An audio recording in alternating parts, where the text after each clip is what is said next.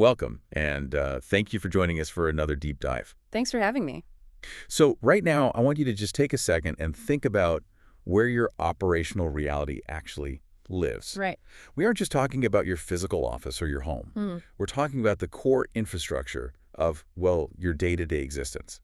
The digital architecture. Exactly. The digital architecture that holds everything together. It's sitting on enterprise servers. It's distributed across cloud environments. Fragmented across local SSDs, mobile environments, you name it. Right. Your proprietary business data, financial ledgers, sensitive client communications, operational databases, the uncompiled code for your next project, it's all there. It is. Our environments are fundamentally inextricably digital. And because that surface area is expanding exponentially, the threat vectors targeting it have really evolved. Oh, massively. They've gone from mere nuisance malware into highly sophisticated, corporatized extortion models. So today's mission is to decode what has arguably become the most pervasive and paralyzing digital threat to modern infrastructure. Ransomware. Ransomware. And we are drawing today from a highly focused operational framework known as the 12th Day Digital Extortion Guide. It's an incredible resource. It really is. I mean, this isn't theoretical. It's a tactical teardown of how modern ransomware syndicates operate and, more importantly, the architectural and operational countermeasures required to defeat them. Yeah, that's the key part, defeating them. To kick things off, I want you to imagine this scenario. And keep in mind, this is playing out across enterprise networks every single day. Every day. You boot up your primary workstation on a Tuesday morning. But instead of your standard login portal or your Active Directory authenticated desktop, you are greeted by a stark, altered environment. The screen is locked. The screen is locked. A text file or a custom HTML page dominates the display. It features a ticking cryptographic countdown timer and a non-negotiable demand for a staggering amount of Monero or Bitcoin. Yeah. Your local drives, your mapped network shares, your connected backups, they are all encrypted. Your entire operational capacity is frozen. It's a nightmare. To help navigate the mechanics of this total system compromise, I'm joined by our resident expert. And I have to say, even knowing the underlying architecture of how these payloads deploy, visualizing that specific scenario still triggers a massive spike in cortisol for me. It absolutely triggers a visceral reaction, doesn't it? It really does. Because the scenario you just mapped out, it's the digital equivalent of a hostile takeover. Right. And it's designed specifically to induce a state of operational paralysis and panic. But the core concept we need to establish from the outset, and this is a principle woven deeply throughout our analysis today, is that while this threat profile is highly advanced, the mechanics of defense and recovery are entirely within your control. If the architecture is built correctly. Exactly, if it's built correctly. We are going to deconstruct the anatomy of these attacks, move past the panic, and look at exactly how to strip the leverage away from these syndicates. Okay, let's unpack this right from the very beginning. Let's look at the anatomy of a digital hostage situation. Sure. When we're talking about modern ransomware, we are light years beyond the script kiddie viruses of the late 90s that just overwrote your boot sector for bragging rights. Oh, absolutely. This is a highly specific, monetized category of malicious payload. Its singular operational goal is to locate your mission-critical data, encrypt it using military-grade cryptographic standards, and hold the decryption keys hostage. Right. It's a flawless deployment of asymmetric encryption, completely weaponized against the user. Weaponization of cryptography. That's the foundational mechanism here, right? Precisely. We rely on protocols like AES 256 and RSA 2048 to secure everything. From our TLS web traffic to our encrypted messaging apps. Yes. It's what keeps the digital economy functioning. Ransomware syndicates simply flip that paradigm. How so? Well, they deploy a payload that generates a unique, unbreakable cryptographic key pair locally on your infected machine. Or they pull one down from their command and control servers. Okay. They use the public key to scramble your data so thoroughly that computing the reversal without the corresponding private key would take the world's most powerful supercomputers thousands of years. Wow. They hold that private key and they present the ultimatum. Pay up or lose it all. And what's wild is how the extortion model itself has evolved. It really has. It used to be a single point threat. Yeah. You know, pay the ransom or we throw away the decryption key and your data is gone forever. Right, the classic availability attack. But the 12th Day framework highlights a massive shift in tactics over the last few years. The move to double extortion. That pivot is critical to understand. It completely changes the threat matrix. It's not just an availability attack anymore. It's an active breach of confidentiality. Yes. The threat is that if you don't pay for the decryptor, they will leak the exfiltrated data on the dark web. That pivot to double extortion, which was popularized heavily by groups like Maze a few years back, is a critical evolution. Why did they move to this model? It's pure leverage. It targets the psychological and regulatory pressure points of an organization. Because backups were getting too good. Exactly. If an attacker merely encrypts a hospital's database or a corporation's financial records, an organization with a robust, tested backup architecture might just say, fine, keep the key, we'll wipe the servers and restore from our immutable backups. They just bypass the ransom entirely. Right. The attackers realized that strong backups were destroying their profit margins. So, by exfiltrating terabytes of sensitive data before triggering the encryption payload, they regained the upper hand. Because now you aren't just dealing with downtime. Nope. You are dealing with the fact that your client's social security numbers, your proprietary source code, or internal HR complaints are about to be dumped on a Tor hidden service. It's terrifying. You're looking at GDPR fines, SEC disclosure violations, massive class action lawsuits, and a total collapse of brand trust. Total collapse. I want you, the listener, to really internalize the weight of that. Imagine your most tightly guarded internal communications or trade secrets weaponized against you in real time. Yeah. The calculation goes from a purely technical recovery operation to an existential corporate crisis. It's deep psychological warfare. The attackers are forcing the victim to act as their own risk assessment actuary in real time under extreme duress. Right. The pressure to just quietly pay the ransom, obtain the decryptor, and pray the attackers delete the exfiltrated data feels like the path of least resistance. Feels like the only way out. But as we'll explore when we break down the economics of these cartels, paying is structurally the most dangerous move an organization can make. We will absolutely get to the trap of the ransom negotiation. But first, Yeah. let's dissect how the deployment actually happens. How does the trap spring? Good question. There's a persistent myth that these attacks are just sudden, magical network breaches, like a hacker in a hoodie typing furiously. Right, the Hollywood version. But the reality emphasized in our deep dive today is that initial access is almost always the result of a single point of failure. It's often distilled down to the phrase, one click equals whole system infected. That's usually all it takes. So what are the primary vectors of attack allowing these payloads to bypass enterprise perimeters? The initial access vectors are highly diverse, but they overwhelmingly exploit the human element rather than relying on pure zero-day technical exploits. The weakest link. Always.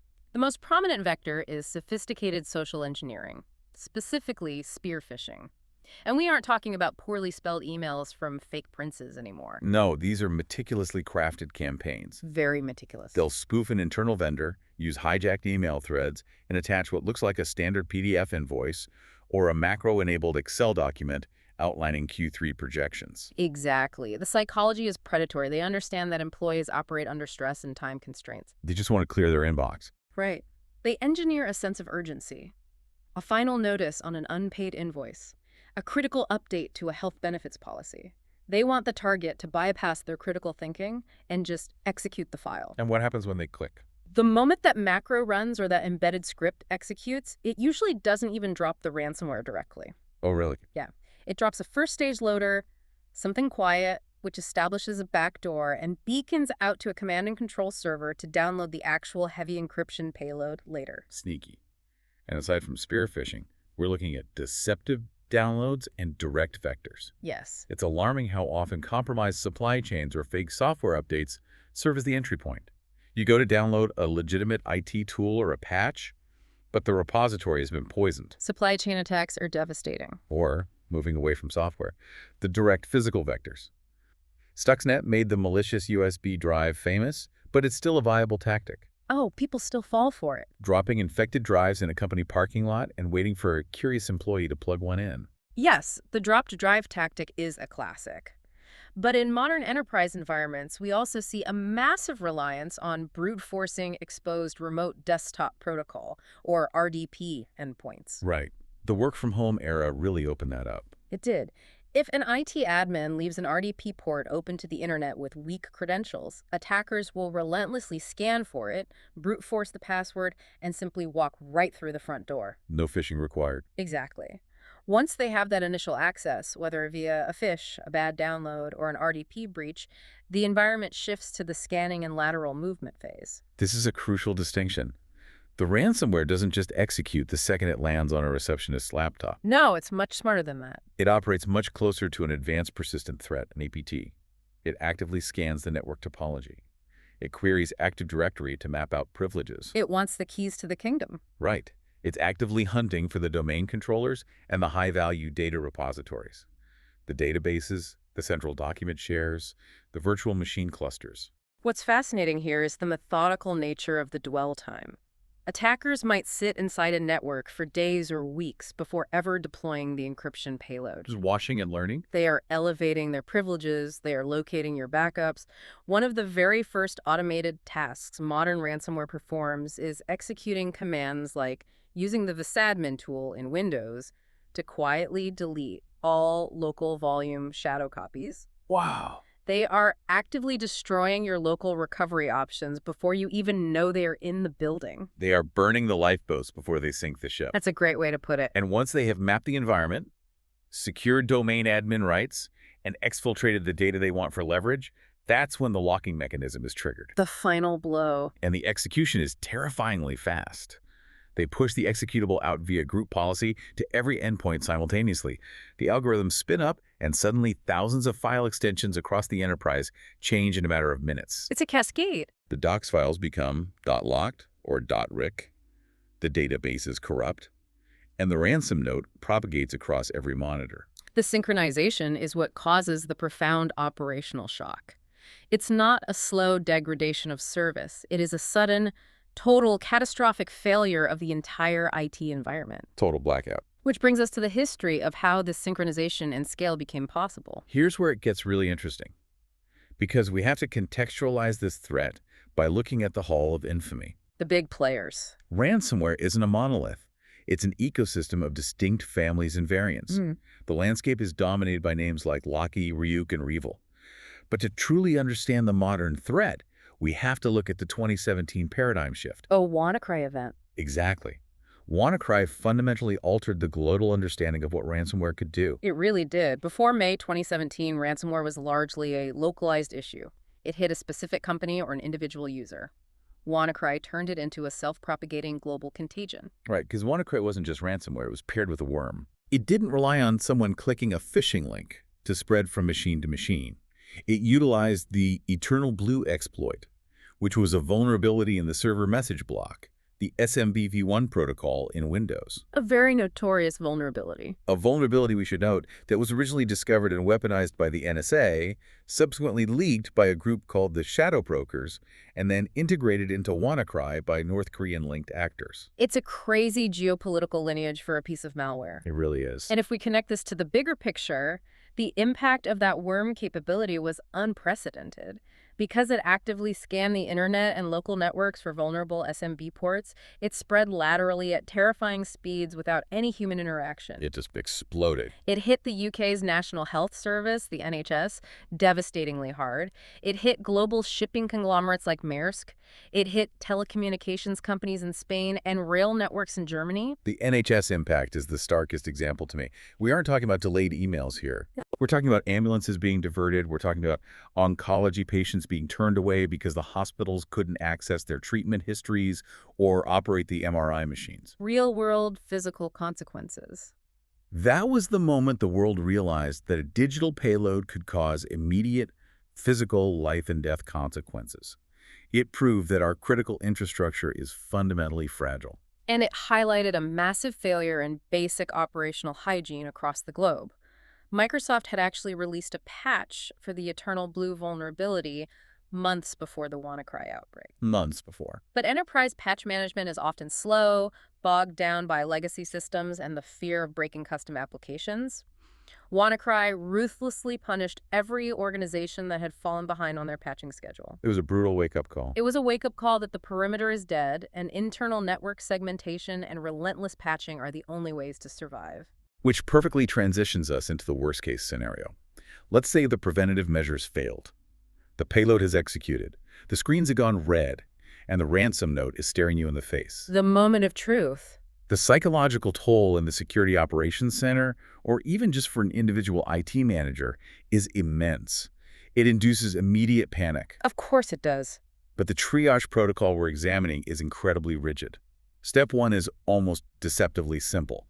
Do not panic. It sounds like a platitude, but in incident response, panic is the enemy of containment. Why is that? Because panic leads to impulsive, irreversible actions. An administrator might frantically start rebooting servers, hoping a restart clears the issue. I mean, that's instinct, right? Have you tried turning it off and on again? Right, but rebooting can actually be disastrous. Some ransomware variants embed themselves in the boot sequence, or a reboot might sever the volatile memory that forensics teams desperately need to analyze the payload. Oh, that makes sense. Or potentially extract encryption keys from the RAM. So, if rebooting is off the table, what is the immediate technical response? Step 2 in the triage protocol is absolute. Disconnect the network. Pull the plug. Containment is the singular priority in the first 0 to 60 minutes of an outbreak.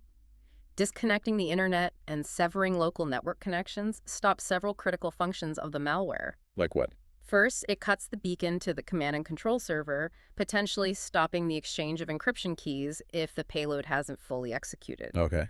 Second, and most importantly, it stops the lateral movement.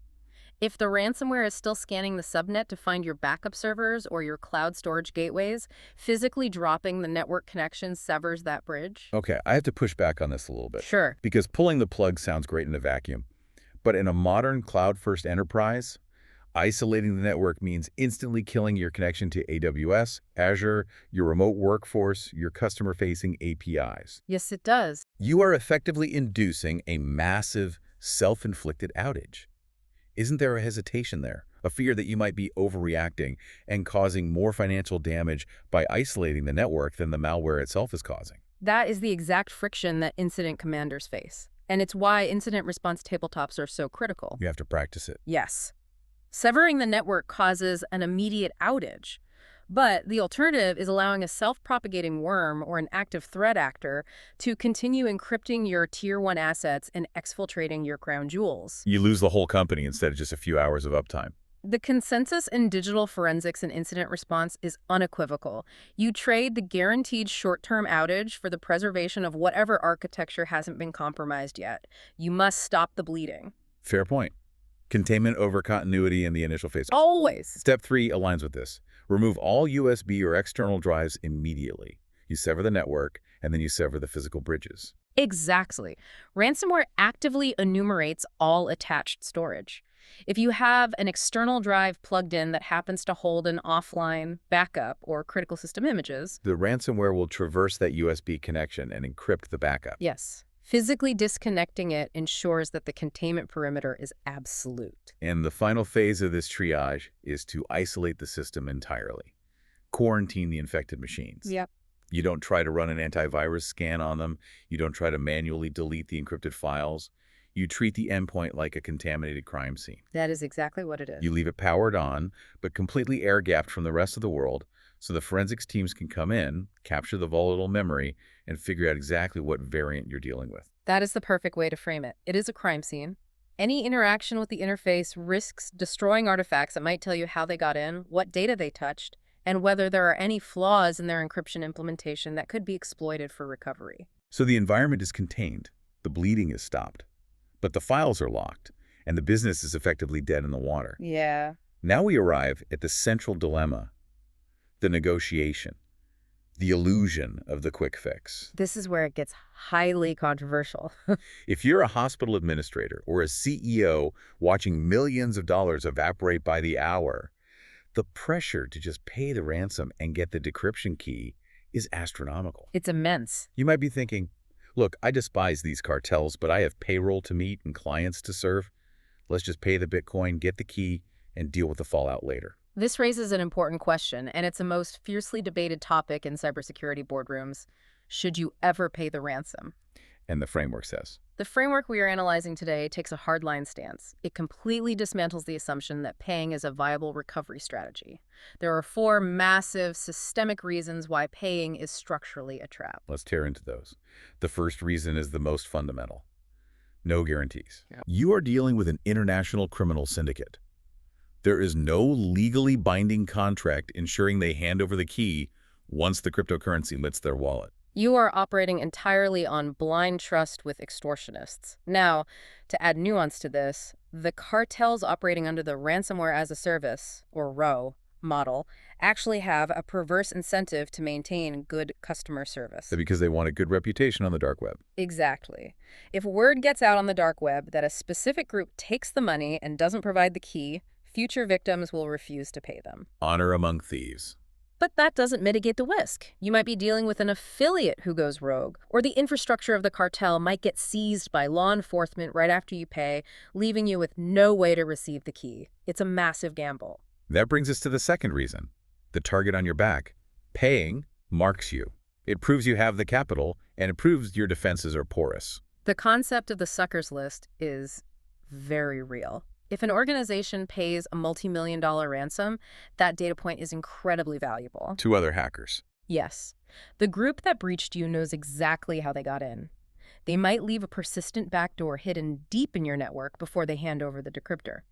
Months later, when you think you've recovered, they, or another group they sold your access to, will strike again. They just double dip. By paying, you aren't resolving the vulnerability. You are publicly validating that your organization is a lucrative target. Okay, but let's play devil's advocate here. Go for it. What if you are that hospital we mentioned earlier? The ICU is offline. The local backups were encrypted because the network wasn't segmented properly. People are in critical condition. In that hyper-specific life or death moment, isn't paying the $500,000 ransom practically a moral imperative? How can you tell a hospital administrator to hold the line for the sake of the macroeconomy of cybercrime? That is the most agonizing ethical and operational trap these syndicates engineer. And on a micro level, the pressure to save lives today is overwhelming. But we have to look at the macro level reality, which brings us to the third reason. Funding the underworld. When that hospital pays, that $500,000 doesn't just vanish. It goes somewhere. It acts as venture capital for the cartel. It funds the development of more sophisticated zero-day exploits. It pays for better infrastructure, better affiliate recruitment. Every ransom paid guarantees that next week, 3 more hospitals will be targeted with even more advanced weaponry. It's the ultimate vicious cycle. Furthermore, there are immense legal and regulatory risks. In many jurisdictions, paying a ransom could put you in direct violation of sanctions. Oh, wow. I didn't even think about that. If the cryptocurrency wallet you are paying into is linked to a sanctioned entity, say a state-sponsored hacking group from North Korea or Iran, your company could face staggering fines from organizations like OFAC, the Office of Foreign Assets Control in the U.S. For materially supporting sanctioned actors. Exactly. You are attempting to solve a technical crisis by committing a federal crime. That is a terrifying operational reality.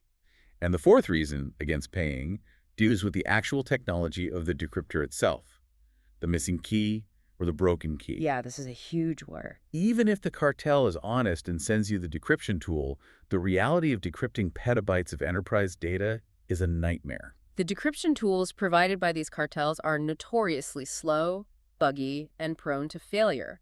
They are not enterprise-grade software developers. They just cobble it together. The encryption process itself often corrupts large databases or virtual machine disks permanently. We see countless scenarios where an organization pays the ransom, receives the tool, and spends 3 weeks trying to decrypt their environment, only to realize that 30% of their data is irreparably corrupted anyway. So you paid for nothing. The time it takes to decrypt is often longer than the time it would take to rebuild from scratch. Paying is an illusion of a shortcut. So we've established that the threat landscape is highly advanced, the initial access vectors are insidious, and paying the ransom is a strategic, legal, and technical trap. It's a bleak picture. This sounds like an unwinnable scenario. But the operational framework pivots here to the ultimate architectural defense. The mechanism that strips the leverage entirely away from the extortionists, the 3-2-1 backup strategy. Holy grail. Now, people love to use the analogy of backups being like car insurance, but Let's elevate that. In an enterprise environment, a backup isn't just an insurance policy. It is the foundational pillar of your disaster recovery and business continuity architecture. Exactly. An insurance policy just reimburses you for lost value. A robust, immutable backup architecture allows you to resurrect the entire operational environment from the ashes. It's a time machine. It shifts the power dynamic. If an attacker breaches the perimeter and encrypts the primary data stores, but you have absolute certainty in your ability to restore operations from a secure, uncompromised state, the ransom demand becomes irrelevant. You just don't care. You simply burn the compromised environment down and rebuild. So what does this all mean in practice? Let's deconstruct the 3-2-1 rule because it is the gold standard for data resilience. Let's do it. The 3 dictates 3 total copies of your data. The logic of the 3 is built around eliminating single points of failure. In any complex IT environment, hardware fails, software corrupts, and natural disasters happen. Right. If you only have your primary production data and one backup, you are one simultaneous failure away from total data loss. What if this SAN array holding your primary data suffers a cascading drive failure, and on the exact same day, your backup server experiences a logical corruption? It happens more often than people think. It really does. Having the primary data plus 2 distinct, separate backup copies provides the necessary mathematical redundancy to ensure availability regardless of localized failures. Redundancy is the baseline. Then the 2 introduces diversity. 2 different storage media. You don't want all 3 copies sitting on the same brand of NAS appliance in the same server rack. Diversity of media protects against systemic and environmental vulnerabilities. If you rely solely on disk-based backups in your primary data center, a localized flood, a fire, or a catastrophic power surge could wipe out the primary data and the backups simultaneously. By utilizing 2 different storage media, for instance, keeping one backup locally on a dedicated hardened storage array for rapid recovery, and pushing the second backup to a geographically separate cloud environment or even modern automated tape libraries. You insulate your recovery options from localized physical and vendor-specific logical failures. Exactly. Which brings us to the 1. And in the context of ransomware, the 1 is the only thing standing between an organization and total ruin. 1 copy must be offline, air-gapped. If we connect this to the bigger picture of how ransomware traverses a network, the necessity of the air gap becomes non-negotiable. Ransomware is designed to seek and destroy backups. It actively hunts for them. It will query the network for your Veeam servers, your Commvault instances, your connected NAS drives. If your backup target is continuously connected to the primary network, it is just another encrypted file waiting to happen. I have to interject here, though. In a modern hyperscale cloud environment, where everything is interconnected via APIs and continuous integration pipelines, physically air-gapping a drive and putting it in a safe is a logistical nightmare. Oh, it's incredibly difficult. It breaks the concept of continuous data protection. How do enterprises achieve the offline requirement without resorting to archaic tape drives moving in armored trucks? That is the exact challenge of modern infrastructure. True physical air gapping is difficult at scale, though tape is actually making a massive resurgence for exactly this reason. Really? Tape is back. Tape is back. But in the cloud era, we achieved the 1 through logical air gapping and immutable storage. Immutable storage. Immutability means utilizing worm technology. Write once, read many. You configure your cloud storage buckets or your on-premise storage arrays so that once a backup block is written, it is cryptographically locked at the hardware or platform level. So no one can change it. It cannot be altered, overwritten, or deleted by anyone, not even a domain admin with full privileges, for a defined retention period, say 30 days. That is brilliant. So even if the ransomware syndicate compromises the highest levels of your Active Directory, logs into your backup console, and issues a command to delete the backup repositories, the storage hardware itself simply refuses the command. Yep. The data is logically untouchable. Precisely. Immutability creates a time-locked safe within your architecture. When the ransomware strikes, you have a guaranteed pristine copy of your environment frozen in time. The recovery protocol then becomes a highly orchestrated but guaranteed procedure. The ultimate reset button. You isolate the compromised network segments, you format the infected hardware, wiping the boot sectors and eliminating any persistent backdoors or rootkits. Burn it down. You deploy a fresh, clean installation of the operating systems, and then you pull the data from your immutable, logically air-gapped repositories. The extortionists lose their leverage entirely, and not a single Satoshi of cryptocurrency is paid. It is the only definitive way to win the engagement, but relying entirely on disaster recovery is exhausting. Very stressful. The framework pushes heavily into what we can call building the everyday fortress. How do we stop the payload from ever reaching the point where we have to rely on the immutable backups? This moves us from reactive recovery to proactive resilience. Let's elevate the discussion beyond basic digital hygiene and look at enterprise-grade prevention tactics. The framework mentions basic antivirus, but in a corporate setting, we're really talking about endpoint detection and response, or EDR. Basic signature-based antivirus is essentially obsolete against modern polymorphic ransomware. Because the code keeps changing. If the cartel changes one line of code, the hash changes and the antivirus ignores it. EDR, or XDR, Extended Detection and Response, monitors the actual behavioral telemetry of the endpoints. It looks for what the program is doing, not what it's called. Right. It looks for anomalies. If Microsoft Word suddenly spawns a PowerShell process that attempts to execute an encoded command to delete shadow volumes, the EDR platform recognizes the malicious behavior, instantly kills the process, and isolates the endpoint from the network automatically. It acts as an active behavioral immune system. Exactly. Next is the relentless necessity of patch management. The framework notes keeping systems updated to patch vulnerabilities. We saw exactly what happened with WannaCry and the SMB-v1 exploit. Patch management is often the most neglected discipline in IT, but it is the most critical. Threat actors monitor the CVE databases just as closely as defenders do. Common vulnerabilities and exposures. Yes. When a vulnerability in a VPN appliance or a firewall is disclosed, you have a matter of hours to apply the patch before automated scanning tools start attempting to exploit it across the internet.